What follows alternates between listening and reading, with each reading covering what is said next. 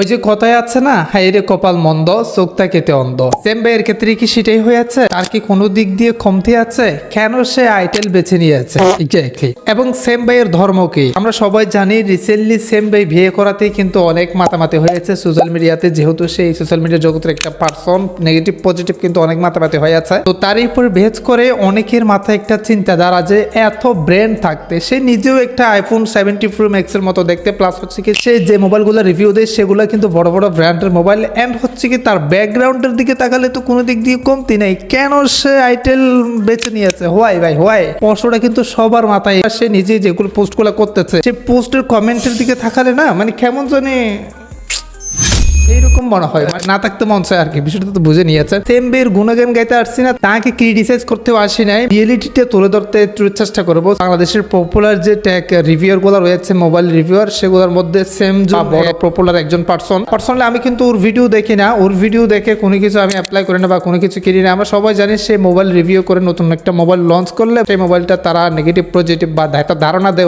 মানে আদৌ ভিডিওগুলো কিন্তু মানুষের প্রয়োজন। তারপরেও কেন জানি তাকে তার বিপক্ষেও এরকম কিছু মানুষ রয়েছে। কেন সে এত ব্রেন থাকতে আইটেল বেছে নিয়েছে? ধর্মের বিষয়টা একটু ক্লিয়ার করি। ধর্ম হচ্ছে কি, ধরেন আমরা ধর্ম বর্ণ ইটস নট ম্যাটার, মানে ইন লাইফে, মানে লাইফের মধ্যে আপনি কোন ধর্মের আমি কোন ধর্মের এটা কোনো বিষয় না। এই যে আমরা যে ভাত খাচ্ছি বা কোনো কিছু কিনতেছি, কাপড় কিনতেছি, এটা কোন ধর্মের কে তৈরি করছে এটা তো আমরা কখনো রিসার্চ করি না, তাই না? এটা তো মনে করেন কেন তো হিন্দু বা আদার্স ধর্ম এটা তৈরি করতে পারে, ইটস সিম্পল। বাট আমি যে টাকা দিয়ে এটা কিনছি এটা আমার জন্য হালাল হয়ে গেছে বা এটা আমার জন্য পারফেক্ট। এই যে ওনাকে দেখতে না, ওনার হাঁটা চলা, ওনার অঙ্গি ভঙ্গি গুলো দেখলে না কেমন জানি মুসলিম মনে হয়, বাট আদতে সে কিন্তু মুসলিম না। তারপরেও সে যদি মুসলিম না হয় তাকে আমরা হেউ করে কোনো কথা বলতে পারবো বা কথা বলবো, এটা কখনো ইসলামে থাকতে পারে না, এটা কখনো মুসলিম হতে পারে না। অন্যকে ছোট করে বা হেউ করে দেখা বা সেই যেই জগতের যেই ধর্মের হোক না কেন, তার কাছ থেকে যদি আমরা কোনো একটা কিছু শিখি বা কোনো একটা কিছু যদি দেখে যদি শিখতে পারি, তাহলে সে আমাদের ওস্তাদ। এটা যদি আপনি না মানেন তাহলে এটা আপনার ব্যর্থতা। সেম ভাই একজন খ্রিস্টান ধর্মের মানুষ বা সে একজন খ্রিস্টান, যাই হোক সেই খ্রিস্টান যে সেটা কোথাও উল্লেখ করেনি, স্টিল সেটা কিন্তু প্রকাশিত পেয়েছে। যেহেতু ওই যে ওনার ওয়াইফের বিষয়ে যেহেতু বেশি ট্রল হচ্ছে, তাকে মিন করে কথা বলার রাইটটা আমাদের নাই।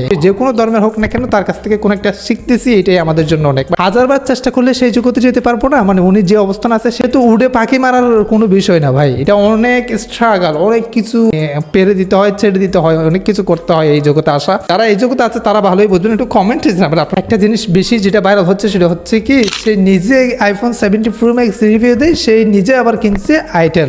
ভাই এই যে একটা মানুষকে মোবাইলের সাথে কেমনে তুলনা দেয়, মানুষ কতটা নিচে হতে পারে দেখেন, মানুষের ব্রেন কতটা লুটপালট হতে পারে। আর পার্সোনালি উনি একজন কত বড় সেলিব্রিটি ইউটিউবার, মানে উনি একজন বড় পার্সন। এটা আপনি এই জগতে নাই বিদে আপনি ওই যে 10 টাকার ঢুকায় সারাদিন ফেসবুক ঠেলাঠেলি করেন, কোন একটা ভিডিও পাইছেন ভালো লাগছে লাইক দিচ্ছেন, তারপর টেলা দিচ্ছেন, আরেকটা পাইছেন লাইক দিচ্ছেন, আপনার এই কাজ আমি জানি ভাই আপনি ওইটাই করেন। বাট ওনার জগতে তো আপনি কখনো যেতেই পারবেন না। বাট উনি যে অবস্থানে আছে সেই অবস্থানে থাকাকালীন উনি কি, ওনার জন্য কি পারফেক্ট, ওনার জন্য কোনটা ম্যাচ হয়, ওনার জন্য কোনটা যাচ্ছে, উনি কোনটা কাকে বিয়ে করলে কি হবে, সেটা পার্সোনালি ওনার একান্ত একটা বিষয়, উনি ভালোই বুঝে। বাট এখানে আপনাকে এই যে কোনো টাকা ছাড়া কমেন্ট করার কি দরকার ভাই? ভাই একটু বিষয়টা বুঝেন, আমি আপনার বিরোধিতা করতেছি না। কেন মানে হোয়াই আমাদের কেন মানুষের পিছনে লেগে থাকি আমরা? ফর এক্সাম্পল আমি গেঞ্জিটা দিয়ে উদাহরণ দিই। এই যে আমি একটা গেঞ্জি নিয়েছি, এটা আমার সুন্দর লাগছে বিদায় তো নিয়েছি। সেম ভাবে তারা তো অনেক গেঞ্জি আমদানি করে, অনেক মানে প্রোডাক্ট দোকানে ঢোকায়, যেগুলো সুন্দর প্রোডাক্ট সেগুলো চলা যায়, বাকিগুলা কি থেকে যায়? কখনো না ভাই। সব প্রোডাক্ট কিন্তু সেল হয়ে যায়, তার মানে সবাই তো সুন্দর নিচ্ছে, আপনি কি খারাপ নেবেন ভাই?